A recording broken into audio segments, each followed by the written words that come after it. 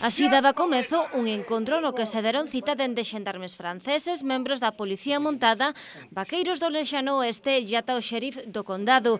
Son amantes das chamadas armas históricas, pistolas, rifles, escopetas ou revólveres, nalgúns casos con preto de 3 séculos de historia. Moi difícil porque estuveron guardadas en malas condicións, recuperalas é moi difícil, feito as madeiras xa máis difícil, porque podriron e tal, non?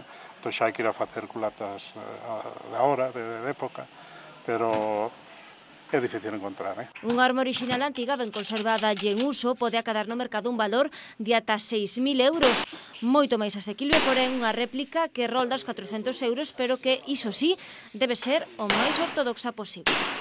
Máis entretenido, isto de cargala por diante, levache o tempo, é entretenido, enseñoume meu pai. Non teño unha empuñadura anatómica, non teño unhas miras regulables, non teño todas as axudas que teñen as armas modernas, pero basicamente a técnica é a mesma.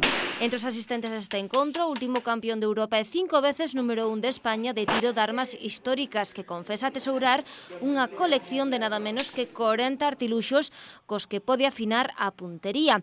Iso si, din os asistentes, por puro divertimento nun ambiente de concordia, lonxe da imaxe de belicosidade que se imprime en ocasións ás armas convencionais.